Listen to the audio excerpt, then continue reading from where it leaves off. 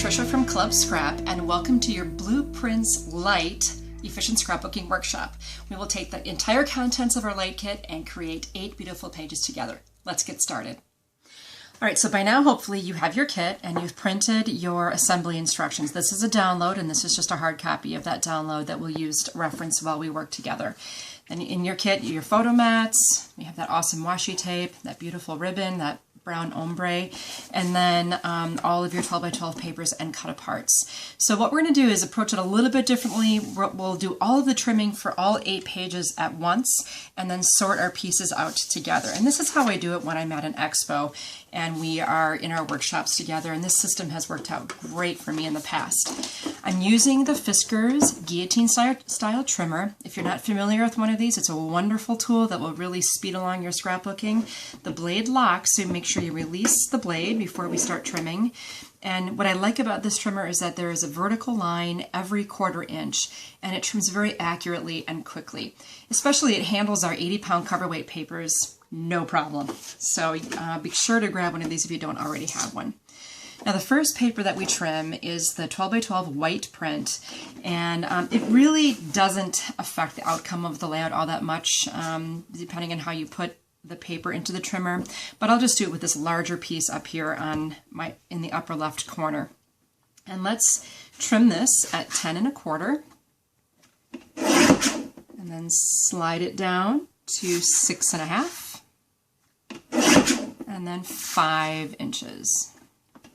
So 10 1/4, 6 1/2, 5. You just slide it down every time you make your cut. Then this large piece will remain as it is, as well as this narrow border strip. Then we have this medium-sized piece. It's 3 3/4 inches wide. So let's take that one and trim it horizontally at 8 4. All right, now I have 3 pieces that are the same size. And then we have one more strip, and this remains untouched. Set all those pieces aside and then take the other white print that came in the collection and do a few more cuts on this one. We'll start out at 9 1/2 inches. I've placed it in the trimmer the exact same way. Then 8. And finally 6 1/2 inches. Okay, so this 6 1/2 inch piece, let's rotate that horizontally and we'll trim at 9. Now this large piece we'll set aside, and then the smaller one that we just created, put that in the trimmer horizontally. It doesn't really matter which way. And we'll trim that at 4 1/4.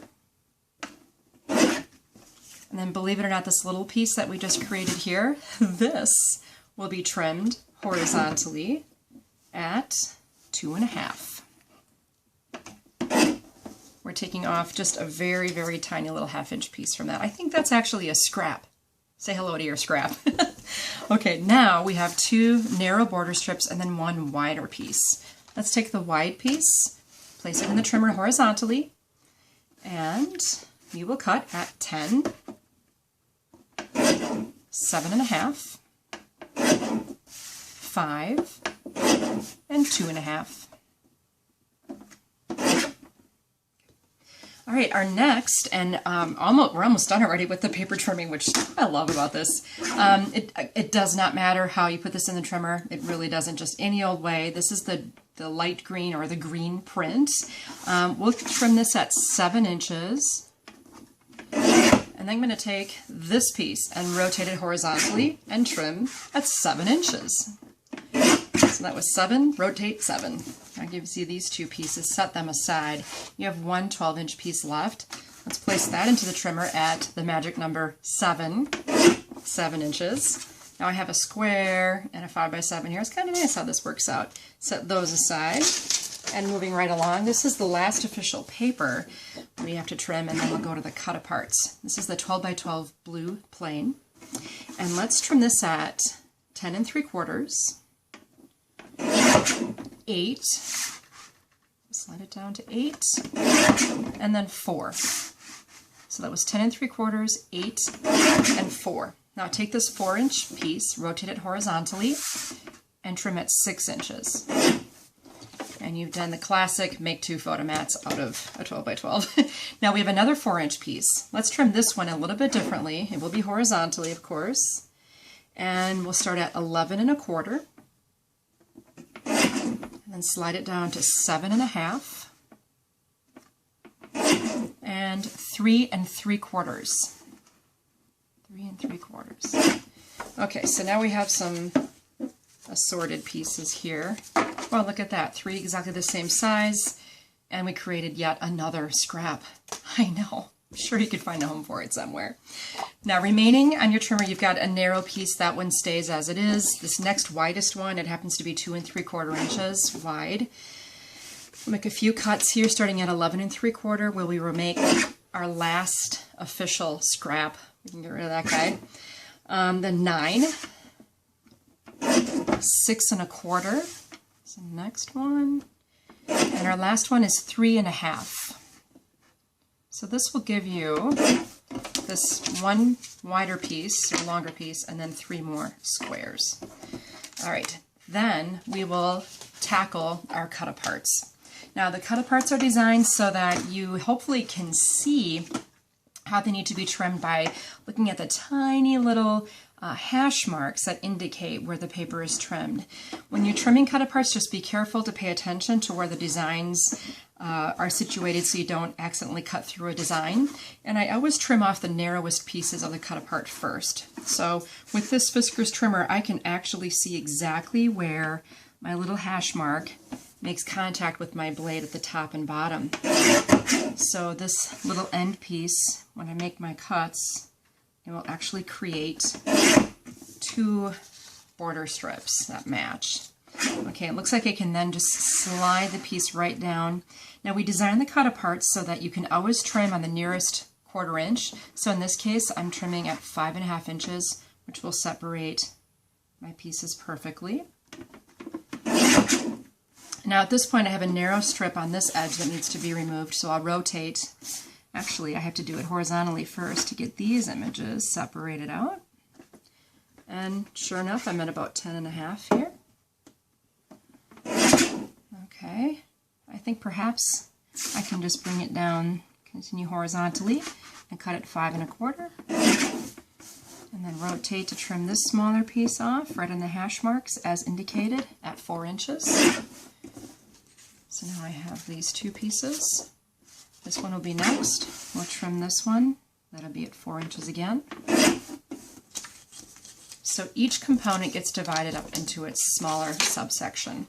Then I have this one last piece, so I always try to cut the smallest piece off of the cut apart first, always using my hash marks as my guide.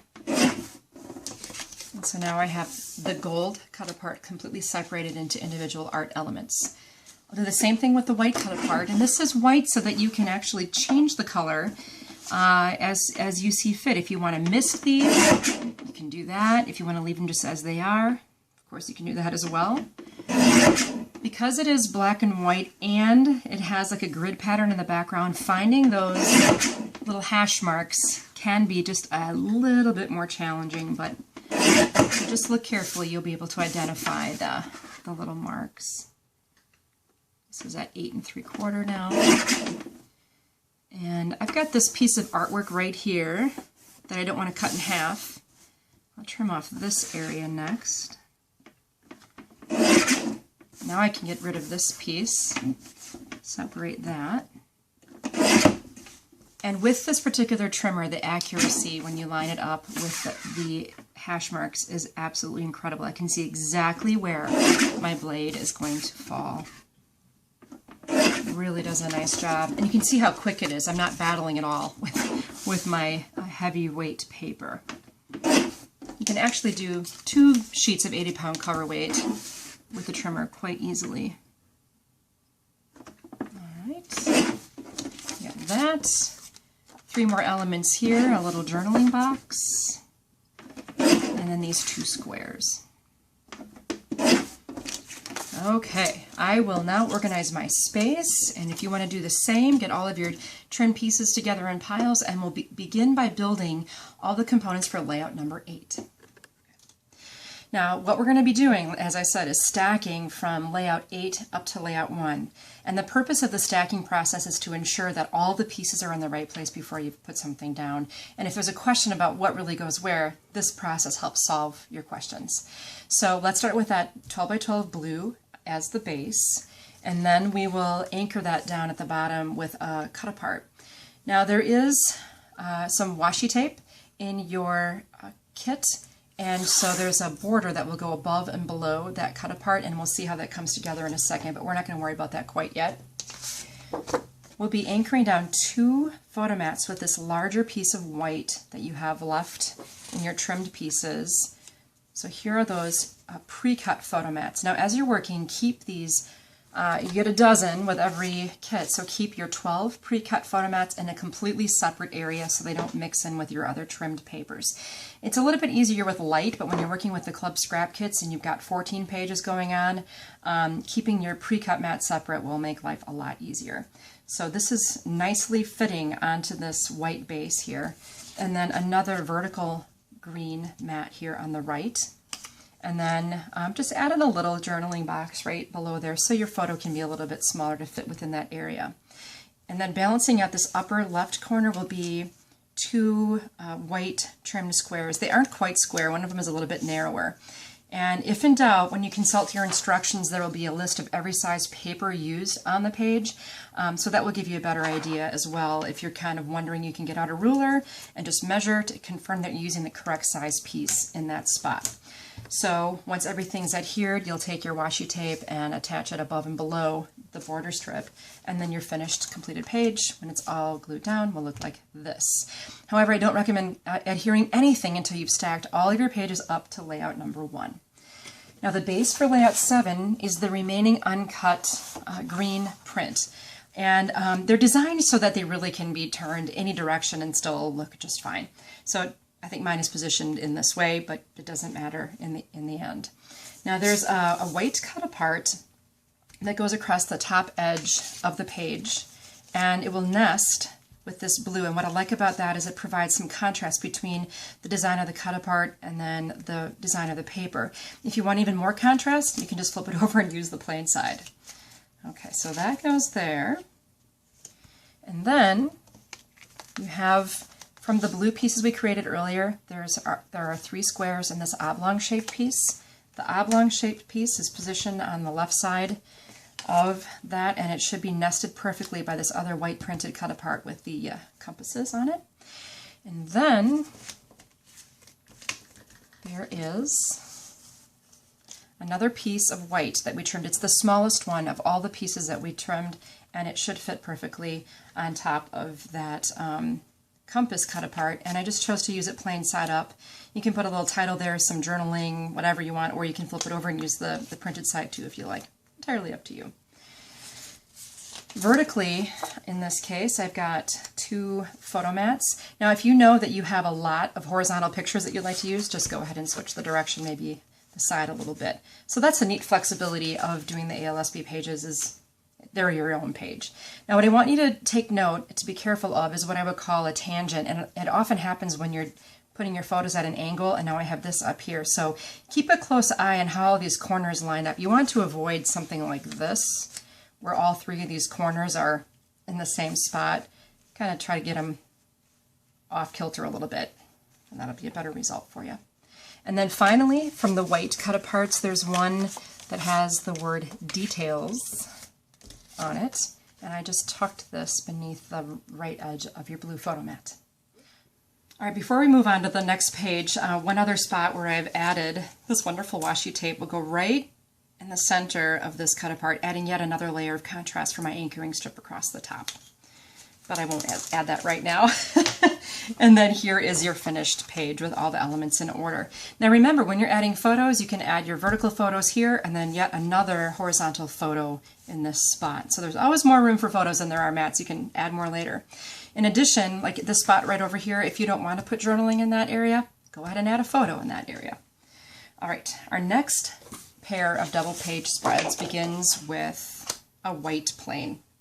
Okay, this is going to be layout number 6, and we'll shore that up at the bottom here with one of the larger pieces of the white print that you have, and then separate that area with some of this ribbon. I love this beautiful ribbon. Now what I usually do is just trim it to a little bit longer than 12 inches so that I have enough to wrap the ends around to the back. And that just creates some nice separation of space. Across the bottom of the page here, I have these 3 blue pieces that will be vertically placed. And then, to add a little bit of a decorative element, I took a small piece of this brown ombre ribbon, and if you fold it in half and take a piece of tape, you can place the ribbon on the back side of your little mat and flip it over. You've got a cute little ribbon loop. It's a wonderful way to use ribbon if you have just a very small amount of it left, which we will by the time we're done with this page. Okay, then in the upper left corner, we will be using a cut apart. Now we're working from right to left kind of here, so we're starting with the after. And then also in the other side is that remaining blue pre-cut photo mat. Now there's a square printed on this after cut apart, and I was able to configure the paper trim so that a blue square would add some contrast and then even a white square on top of it. So that's a wonderful little spot to nest those in and add some interest and contrast to the colors.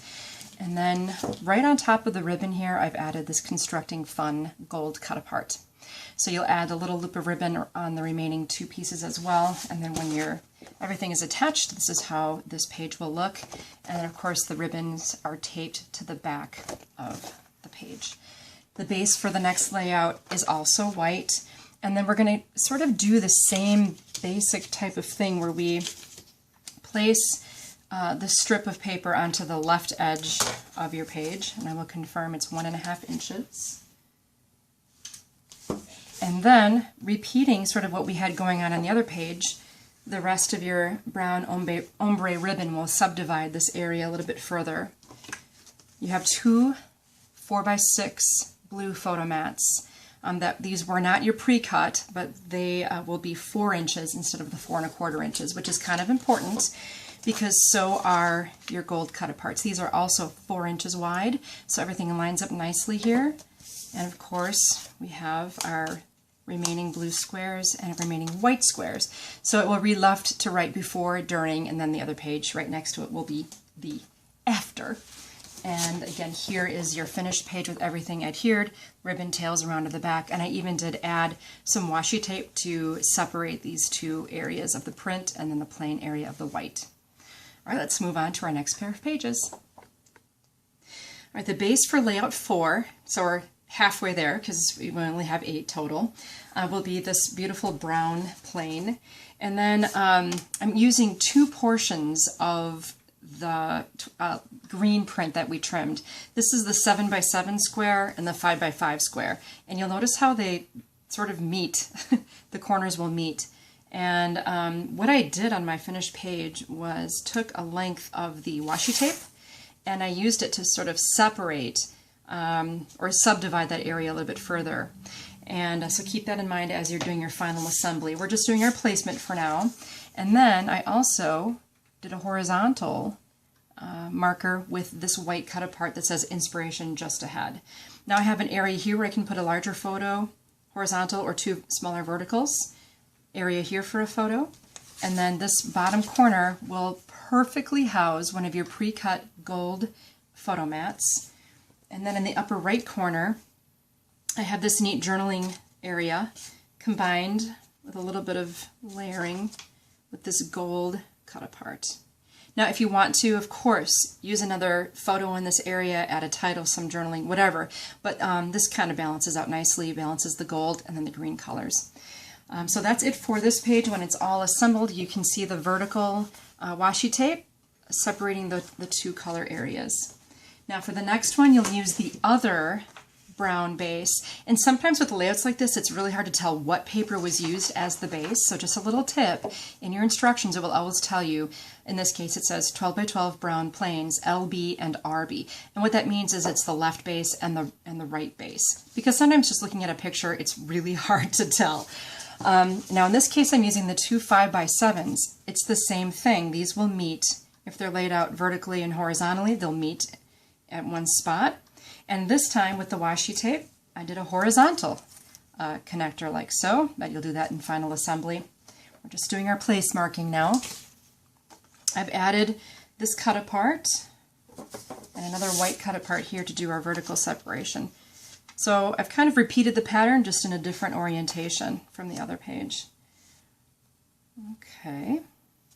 And then we have two other white cut aparts. I believe I use the information and the particulars.